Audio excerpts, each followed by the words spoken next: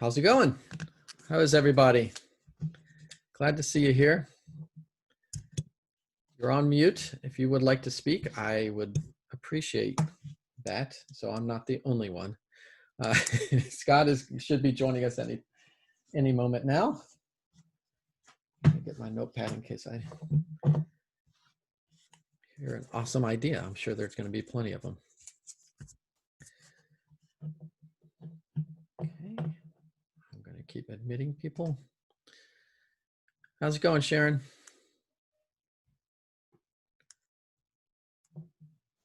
There's Kevin was just in a tornado, it looked like. Okay.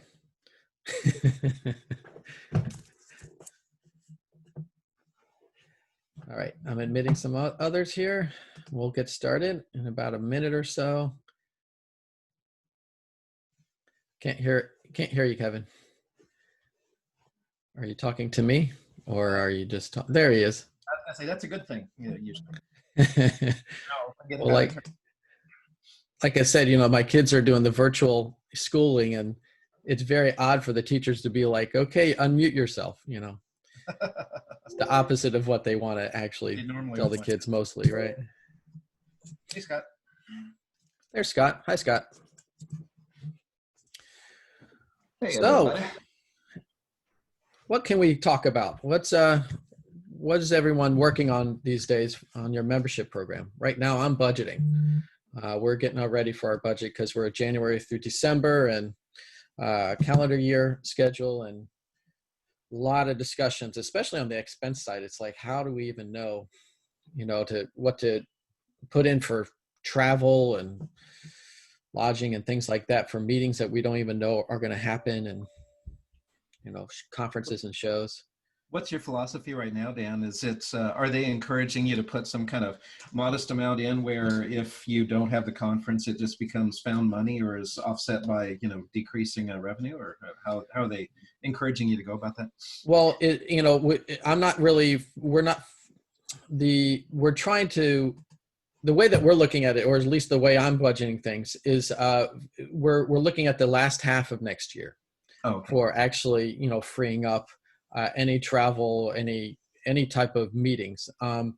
As far as what we're scheduling for our meetings, I think they're just taking it one at a time, trying to figure out, and possibly, I think most organizations have their big event a certain time of year, each and every year, and it's very consistent that way. I think, at least for us and maybe others, you're thinking, who cares about the timing? Are we going to have this event or not? And can we move it around or do something that actually would allow it to happen and give us that? I think it's safe to say that nothing in the first half of next year is really being committed to, as far as I can tell. Gotcha. Yeah, Dan, I think we're right back to that crystal ball again. And I feel like I've said that on every time that we've gotten together. I was having a conversation with somebody the other day who their meeting just happened. It normally happens in August, face-to-face. They switched it to virtual and pushed it a month. So it just happened. It went over well. No real snafus. Exhibitor engagement was down a little bit and some other things. The attendance was fine because of some switches they made in the model. But she basically said to me, Scott, what are you seeing out there? What should I do for next year? Mm-hmm. And normally their events in August. So you're talking the very beginning of second half. And my suggestion to her was, and I'm curious to see what other people are doing, is make a decision, right? And my decision basically was, my input to her was basically, go virtual. If you're going to do it early August again, just say it's virtual, because it takes away all of that potential confusion, all of that uncertainty, all of that everything else. And it allows her that she's basically a staff of 3. So she doesn't have a 20-person meeting planning team to turn to develop a hybrid, an in-person, and a virtual option. She's got in my opinion, she's got to pick an option. Mm-hmm. And so I said to her, so then spend the next 3 to 4 months making your virtual event the most amazing virtual event so that it meets the objectives of the sponsors, exhibitors, and the attendees, and just take face-to-face off the table. because it just takes all of the uncertainty out of it. I don't know what she's going to do, and I'm curious to hear what other people are thinking. But because of all of those things that I just mentioned, my recommendation to her was just do it virtual. Take it all off the table and go virtual. If you want to do other things along the way that may be smaller, more focused, if that fits your mission and fits what you're able to do, go for it. But for this big event, make it the most kick-ass virtual conference that you can and hold it in August and just be done. August of next year. 2021. Yeah. Yeah. Well, and again, it's you know, you're right. I think it's smart. It's people are trying to plan and they're trying to figure out their budgets. And if they already know that that's virtual, then hey, you know, that's you know, it's easy for them to plan and budget, and it kind of relieves nervousness and stress on their part to know that okay, you know, you know, they've already committed to virtual. I can commit to that. You know, and that's what you're looking for, right? The participants to actually commit. And maybe they can even do that earlier than usual, is to get folks, you know, registered earlier so they can at least feel good about that. And from what I've been seeing on our virtual events, we actually have to safely say, I guess, from what we've done since, you know, a big virtual event at the beginning of July, and we had one in August. We have one going on right now. The looks of things is actually we're doing better than we did with our in-person events as far as, you know, financially. And, you know, and we're not charging as much for some registrants, but, you know, obviously, and the expense is much less from, you know, having to have a property and food and beverage and all that stuff. So, so that doesn't mean we won't be doing in-person events.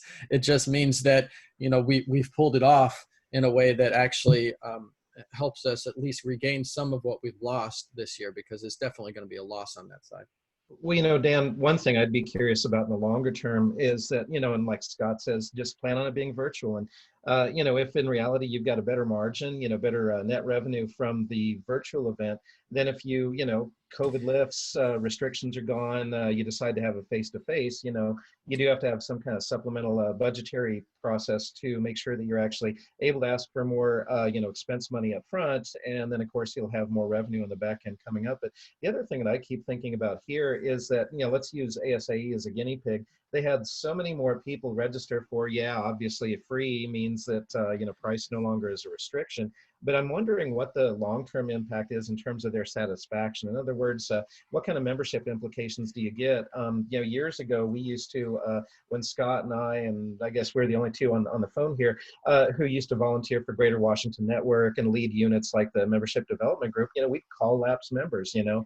And one of the anecdotal things that would always stick is they said, well, you know, a while ago, they gave me a webinar that would have cost me $10 otherwise. And it was like they'd remember the littlest, tiniest things. I kind of wonder if having a much lower cost virtual, you know, event that reaches a lot more people will also sort of have a ping in terms of satisfaction, maybe renewal intentions too. We won't know for a while, but I'm just curious about that, because it seems like we're able to sort of make lemonade out of lemons here, if that's true. Yes. No, I get that, Kevin. I want to hear from some others about this too, because let's talk member engagement, because, you know, you basically have, we have a lot more members actually participating that didn't in our in-person.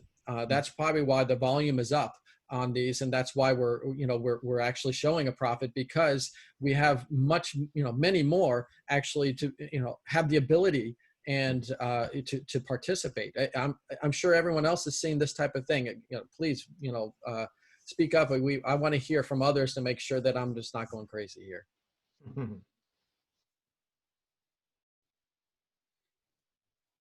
Have you seen the registration go up, the participation in these virtual events compared to your in-person? I mean, ASAE did, that's for sure, right? They had, you know, in a double-digit thousands versus the single digit. Yeah, I wonder, Well, I Dan. can say yes and no. Who's that? Sorry, Renee? It's Renee. Hi, back. Hi, Renee. Good to see you. For us, that's a yes/no kind of thing. So in terms of like committee meetings, we have seen more people participate at those.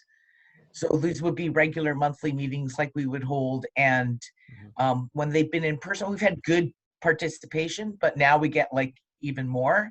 And a few of the members like it because some people aren't in the greater Vancouver area. Some might be in Ontario or Manitoba or something like that. And so now they can participate in a virtual event.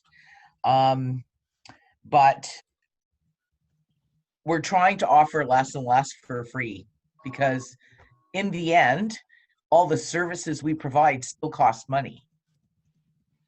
So education, unless it's something very specific to COVID, we're back to charging again. So building code types of courses, legislative types of courses, those sorts of things. Because we got to, like I said, make money. Like my events are basically, they're not going to happen. I can't do a 800-person trade show. We just closed down all the banquet halls in our fair land. So I can't, and the theaters that used to also offer events and things. So we're done for in that respect. Thankfully, a couple of members have stepped up and have big warehouse showrooms. And so I can do 50 or less events there. And so I'm going to rejig a couple of events. But in terms of like making money on them, it's not happening. And I can't get any enthusiasm for a virtual trade show. Like it's dead in the water. Everyone just, what are you talking about? We're not going to, what? I don't want to do that. That's no fun. So that's okay. We'll find other smaller events to engage people. So I've been doing 20 or less sort of social networking opportunities for members to meet one another. And those are going okay. And I do charge a slight premium because I cater in food and so on. But what'll be most interesting is the renewals, which comes up for us November the 1st, starting November the 1st, the big round of renewals. So, and I want to increase dues for next year because COVID has had a huge impact on us. And if we're going to keep providing services that quote unquote people want, something's going to give. So Renee, I want to talk to you about that at some point, by the way, Dan. Yeah, Renee, are you doing anything besides that potential increase? Are you doing anything different with renewals? Because that's another, and that's been, Dan, I feel like we've been talking about this since March or April, whenever we started these. Are you planning on doing anything different? Frequency, email versus mail?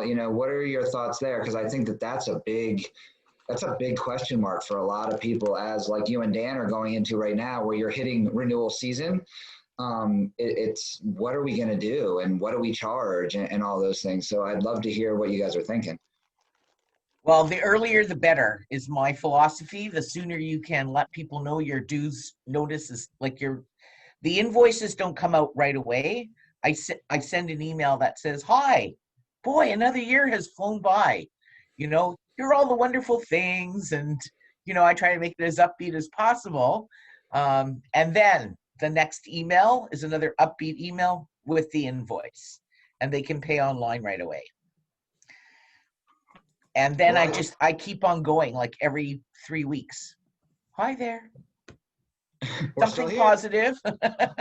We're still here. We'll just keep on going till they tell me no. Yeah. I heard of something really interesting that I want to throw out to you guys when I was talking to somebody yesterday. They're trying to figure out the logistics of making this happen, but it's an individual membership organization. Different sectors of their industry have been hit harder than others, but what they're doing with their first couple of renewal notices is they're calling it a sponsorship, but basically what they're allowing you to do, they're setting levels. So Kevin, this will be familiar to you from sort of your donor days. They're actually picking a level for you, which the level they decided on is your regular dues. It's what you would normally pay. But then within the process, they're offering you to take a sponsorship, which basically means a reduction in dues, or they're allowing you to give a sponsorship, which basically means you're giving a donation that will go to somebody else's membership. And so I just thought it was a really sort of out of the box way of thinking about this. They've done a lot of due diligence as to why they're calling it a sponsorship. Number one, they don't want to call it a discount because, as Kevin and Dan and many of you know, I don't believe in discounts at all when it comes to renewal. You want to do it on the front end, do it a little bit in special occasions. Don't do it on renewal. But so they don't want to do that and set that precedent. But they're also calling it a sponsorship if you give, because then they're allowing you to do it as a tax deductible donation. I don't know if the whole piece of it is, but they're basically that they give you a receipt that says, you've given whatever it is, $1,500. I'm just making that up. So it counts as a deduction because you're not really allocating it to anything. You're not purchasing something. So it basically comes across as a donation. And I thought it was just a really interesting way to get at, we know some of you are struggling. We know some of you aren't. So help us out, help us out if you can, or help yourself out if you need to. So I just want to throw that out there, that as we're all thinking about renewals, that was the first time I'd sort of heard of anybody really doing that. I know there's been conversations about pay what you can and all that kind of stuff, but this was sort of taking it a step further. They have not launched it yet, but I just thought it would be something interesting for everybody to think about. That's individual, you said. It's individual. Yeah. It's an interesting idea, Scott, but would they consider segmenting out the ones that in the industries they know aren't suffering that much and not offering them the option to reduce?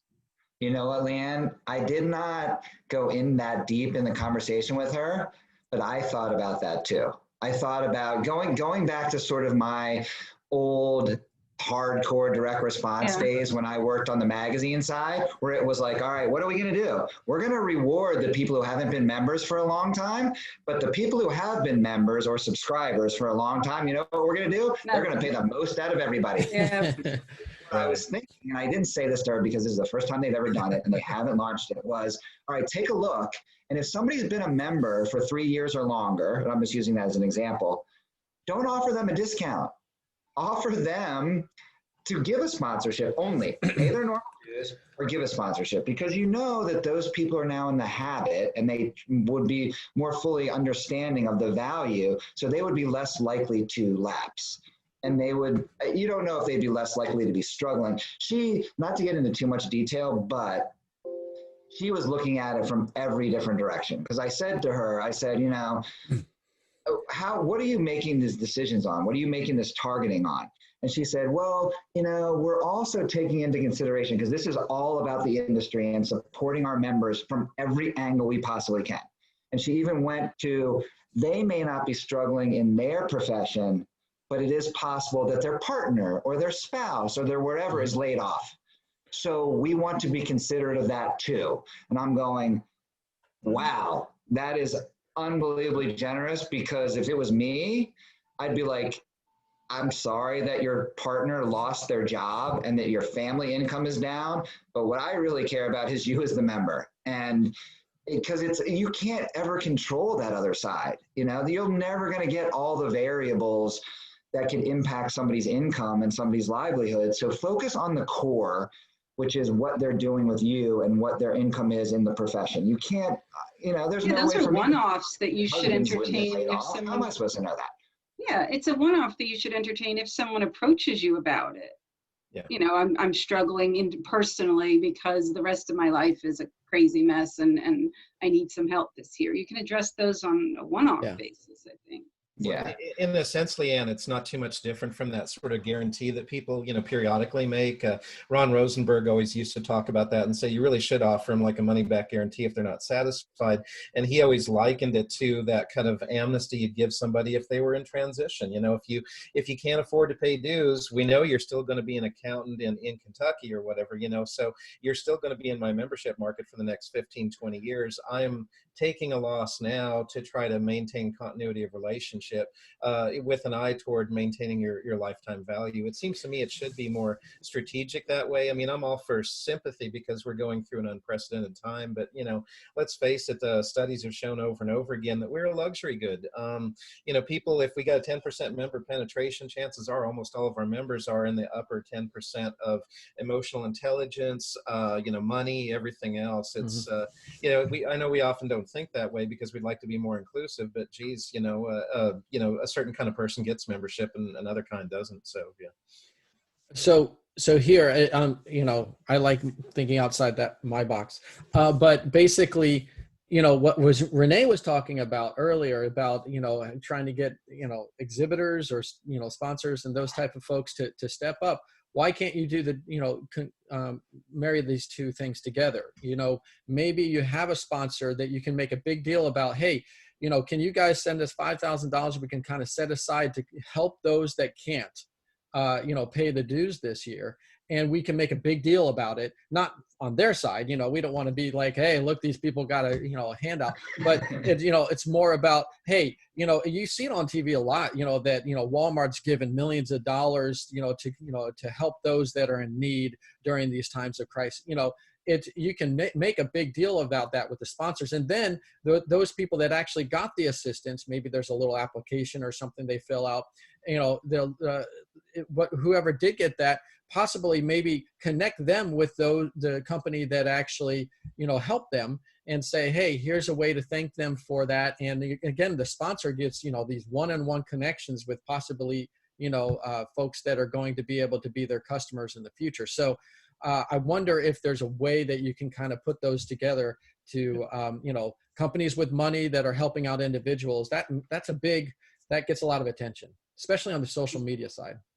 Has anybody done that? Because it's interesting, Dan, that you bring that up. I actually was supposed to have a conversation this morning, but it's going to take place later today. Out of the blue, somebody said, I've got $1,500 that I want to give to support some members. Right. And I'm thinking along the lines of all the things that you just said. Okay, how do we figure out who the individuals who need help are? How do we make sure that it's fair to everybody? How do we, right? I go right to the logistics piece.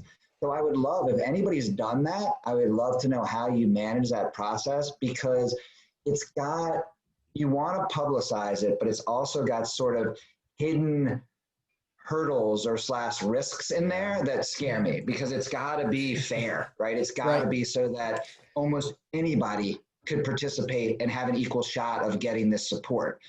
And I do know, and Kevin, you know who I'm talking about because you and I work on this together.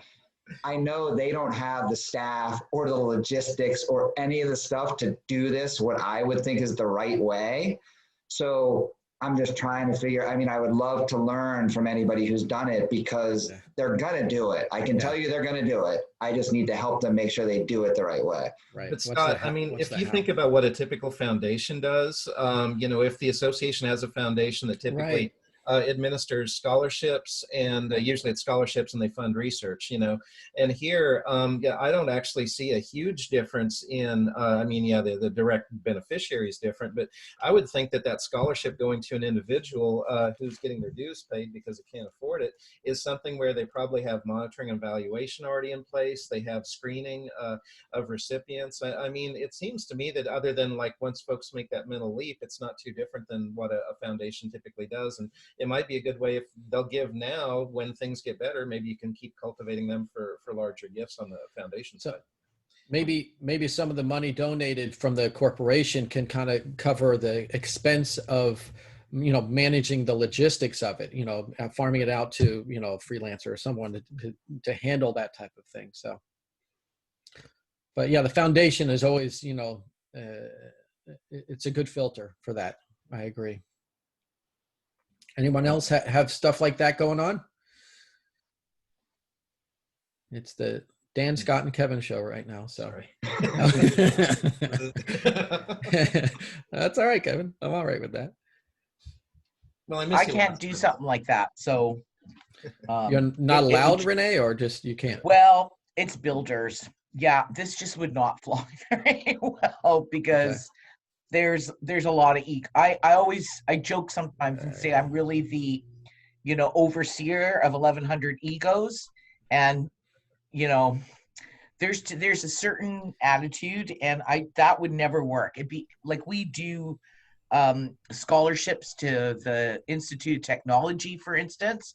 That's okay, but I wish I could. I've been offering the best payment plans on the planet.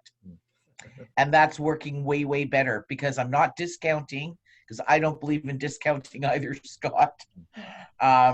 We offer a great deal of value. There's a lot of hardworking people here.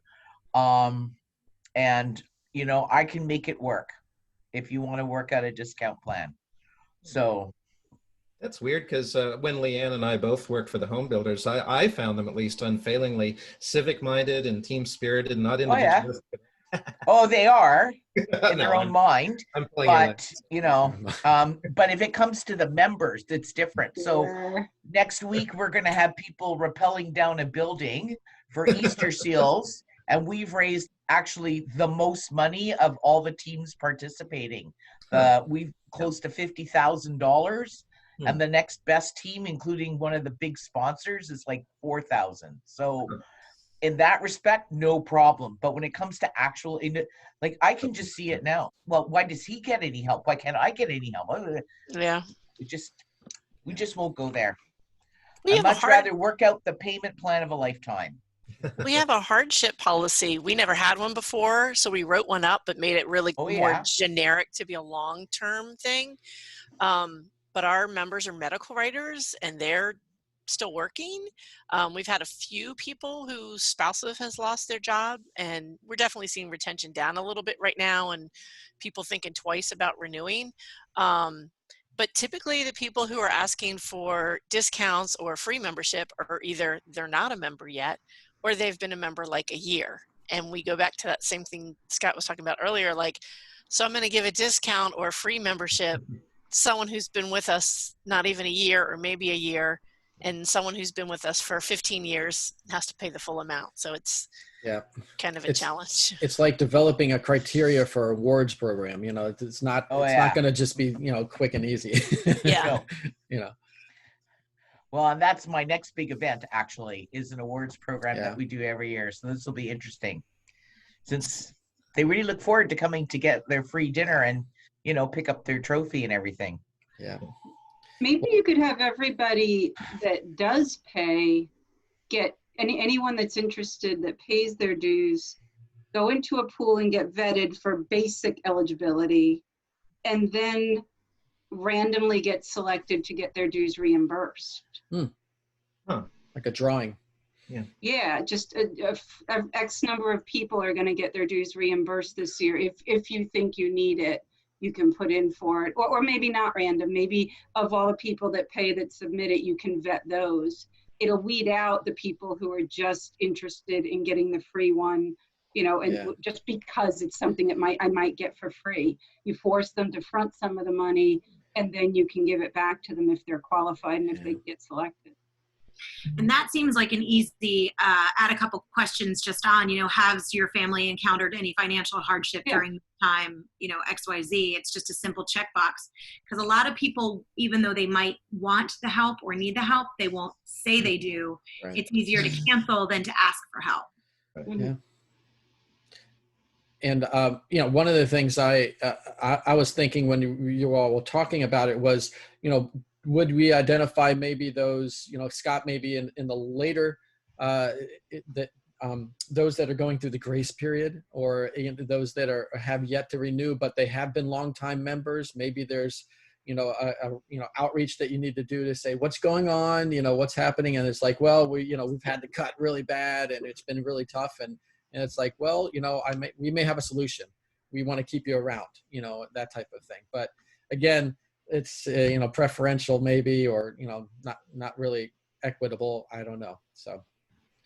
Well, I don't want to keep thinking too far ahead, but the other thing that strikes me, and of course I do some stuff with Scott and I do some stuff solo, and I've been looking at the results of our membership campaigns where, you know, to most folks here and anywhere would find it kind of counterintuitive that you're investing in a recruitment, but of course, you know, what our methods always consist of including you know, win backs and former members and current members. And it seems to me that if you're not doing this, say by this time next year, you're kind of missing the boat, because you know, you might still have the same retention rate or just a little bit worse, but I think that a lot more of those folks are going to be dropping because the dynamics you described: too proud to ask for help, can't afford it, had to cut you know, here and there. But you know, when I look at our metrics where our results are kicking butt, but you know, the response rate of a lapsed member is still, you know, 4 times higher than that of a person who's never held membership. And so, you know, the folks who, you know, sometimes maybe you're just oscillating them, maybe they don't have the same lifetime value, but it does seem to me that after COVID has ended, that there are going to be a fair number of people for whom,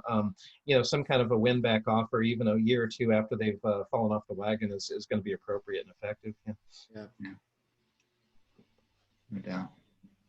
Back to what we were saying earlier, with non-members attending more events and things like that. I just wanted to sort of say that I hope that people are focusing on that before. Like, how do you get them to be members before you hold that event? Because I'm not naming names here. Again, Kevin, you know who I'm talking about. They just had a conference. I would say out of the 600 people that attended, 150 were non-members. Unless they're doing it without letting me know, they're not trying to recruit these people. Oh. What? Yeah, Dan, I know. Don't. That's don't react insanity. that way. That's insanity. You guys, if you've got all day, we could talk about Right. this. Yeah, but that's a matter of available staff time too, Scott. I mean, you and I were I both know. on the other side of the fence, and we know how it is like, well, if you got a list of 10 priorities, and one thing that should have a good long-term payback is number 8 on the list. And right now, if you can only squeeze 5 in your schedule, man, you just, they just drop off the list. Yeah. That needs to Did go you up say higher. 600 non-members or 600 total attendees? No, 600 total, and about a quarter were non-members. Right. Could Called you not email. randomly assign an existing member to contact them and talk to them? One-on-one, that would take about 5 minutes, 5 minutes in Excel, and you're done. And Or you even send just- something out. You start with your board or a bunch of committees and hand Yeah. everybody 10 names. Yeah. Or Yeah. just develop an email and over those 10 minutes and send it, please. Exactly. Please. Exactly. I cut people off. And If they keep coming to events and I never get an application, and depending on who it is, I'll say, I'm sorry, you can't come anymore. You're taking advantage of everybody else, but you're not giving back anything to them. Yeah. Works. yeah, Yeah, I just wanted to throw it out there because I live with these guys on a daily basis.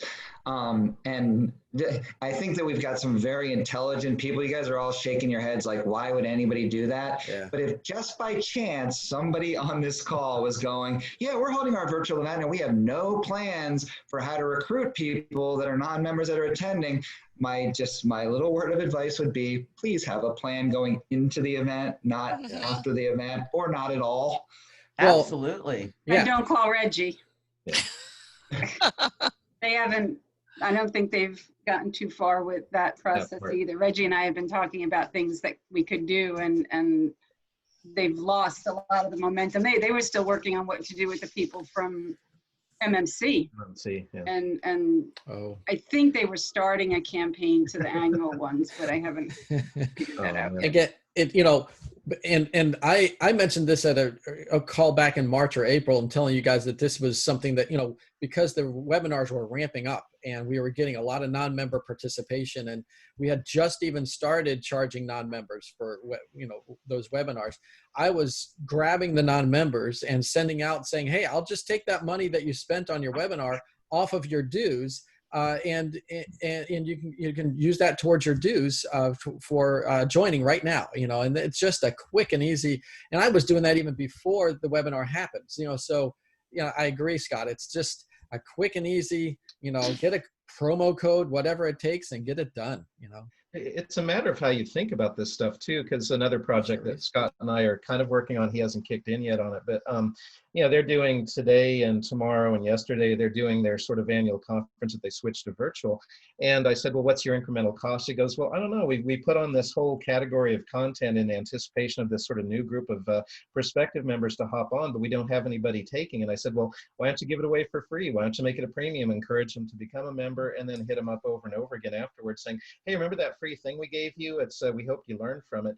And so magically, she just opened the floodgates. Now, I don't think many people responded because it's been just in the last couple of weeks that decision was made. But yeah, sometimes just making sure that at the top they put make a priority of it as well. And with this group, they're actually trying to expand into a whole group of people where they even sort of led it with programming, but they just treated them like everybody else and started magically sending them invitations from this group they've never heard of saying, oh, by the way, we got this great conference coming up. I'd rather lead with membership than content that way. Yeah, for sure. Yeah. Hi, Charisse. Did you want to say something?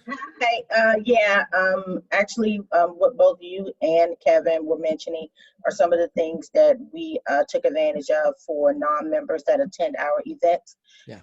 Actually, beforehand, while we're recruiting them, we offer them a complimentary pass that's included in the new membership, only if they were to join. We may offer, one or two, depending on how large their organization is. Or if they do not join at the beginning, then we do add what those prices for the event towards their membership dues, and just, discount the dues at the top. And we've seen a lot of feedback from that. So that really works for us. Hey, Sharice, what's your rough average registration cost in the virtual world, and what's your membership? What are those two values, like basically what you're giving away to someone as a new member? How much is dues? And Well, our dues are based on the annual revenue of the organization. We are organization membership dues, and unfortunately not independent individuals could join the organization. So a lot of our members are utilities, and so with that, of course, again, is based on the annual revenue. And, it just depends on, who exactly we're targeting. We determine, how many passes that we may offer some of our members. Okay. That's great. What organization is that, Sharice? This is SEPA, Smart Electric Power Alliance. Oh, okay. Yeah. And we just had our first virtual conference in July. It was very successful. We actually made more revenue than we had in the past. That's what I'm talking about. That's what I was saying too. Those poor meeting professionals. I'm looking at you, Nicole. Oh my God. They're like, how many of these in-person events are actually going to go virtual forever? So. Yeah. And we've seen a lot of great feedback, because there are some that, our conference, this past conference that we had, is generally in the DC area. And so there are a lot of individuals who cannot attend. A lot of our attendees are C-level. So this was an opportunity, for everyone within the organization to join. We offer group group discounts, group packages, where if the organization pays, then everyone in the entire organization can attend. We set a high price for that, but they really took advantage of that. That's great. That's great. Again, engagement. To me, I love the meetings, but getting the amount of engagement and the proportional, ratio of engagement for our members is so powerful. Much more powerful than trying to get the small percentage to actually attend an in-person event. So really, that's good to hear. I'm glad I'm not the only one here. We saw a lot of first-time attendees when when we extend that offer. A lot of first-time attendees. And Scott, we will take advantage of those non-attendees. We do, those non-members. We have a plan, Awesome. A recruitment plan. That's great. That's important. Yes, and the people with the plan are the ones on the phone here. Yes, I refuse to leave money on the table. That is Right. not my MO. That's for sure. That's for sure. Well, if you never ask, you never get. Absolutely. That's right. Well, it's already past 1. It's coming up on like 10 minutes after. Anyone else have anything? Again, if you're losing sleep over something, or you want, have questions, feel free to speak up. We're happy to talk. Better together. Yes, true. I agree. I was just going to say one quick thing off, sort of the research that we've been doing with our clients. I mean, fewer folks are paying for studies right now, to kind of put it stated obvious. But yeah, we keep including COVID questions, and I hate to say it, but man, for a lot of the industries and the professions, COVID's not actually that big of a deal for the people who are members, because, we ask, has it affected you? If so, in what manner? And I keep getting people who, like 85% say, no, it's business the same as usual. I mean, this includes like long-term care facilities and assisted living, where you'd think that, wow, their customers are croaking. You'd think it would affect them, but I think a lot of times they say, well, no, we've adjusted to that. So, I'm sorry, that was. There's others to take their place. That's the thing. Right. Well, yeah, it's a growing industry, right? We are an aging population, so Right. they gotta have that. I think it's the economic fallout Yeah. more so the potential Yeah. I mean, my members, I budgeted a whole lot of discounts this year for our dues, and we're not seeing them because I knew it was too soon. Our membership year started September 1, and I Okay. knew we weren't going to get that much pushback from members on their dues this year. But next year is when I see the Mhm. banks struggling, and that's when I said we're Yeah. really going to have a hard time next year. Yeah. We're going to have to account for a lot of reductions and discounts and hardships next year.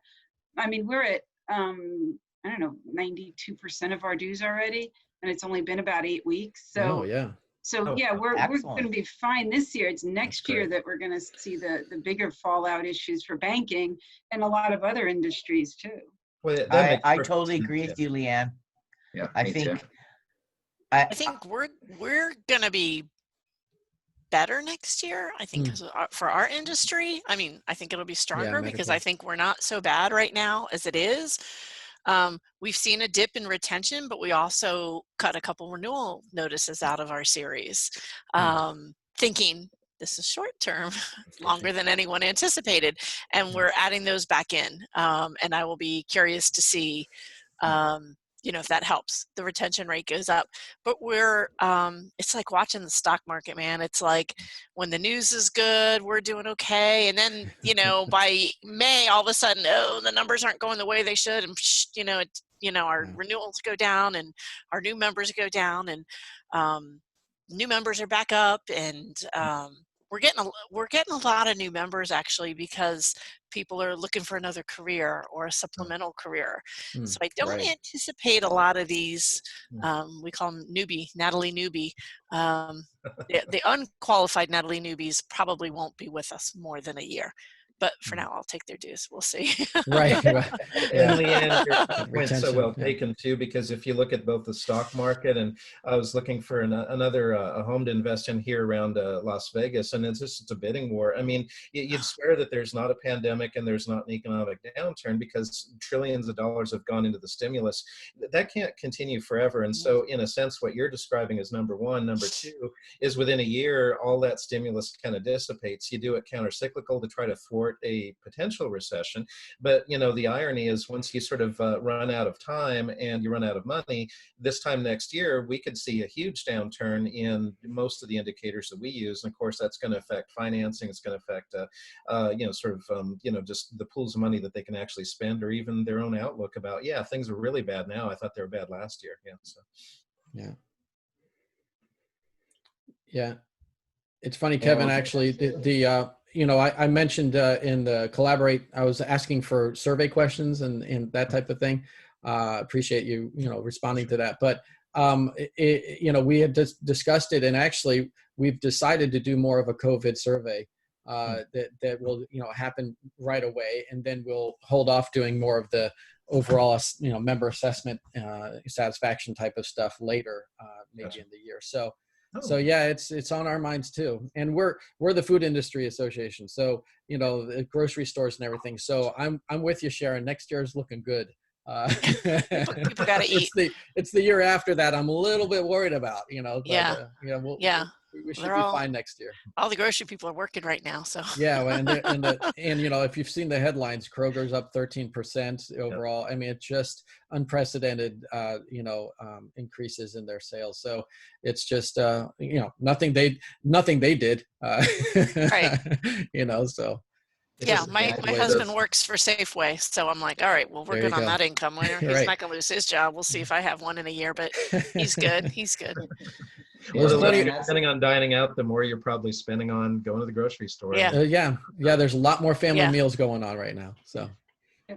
Yeah, Dan, that's going to be the next battle you get to fight is how do I get that big giant asterisk over the last 6 to 9 months that things are better and not Right. to make that a forecast for every year going forward, because this is just so not what's Right. going to happen Yeah. ever again. Right. We have to manage those expectations from our board going Exactly. forward. But they live through it, so they understand. They know they know what we're talking about. So, well, thank you, everyone. I really appreciate the time. This has been a great meeting today, and enjoy your fall. Take care. Stay safe, and we'll see you on the next one. Is on the 29th of September, 29th. So 2 weeks.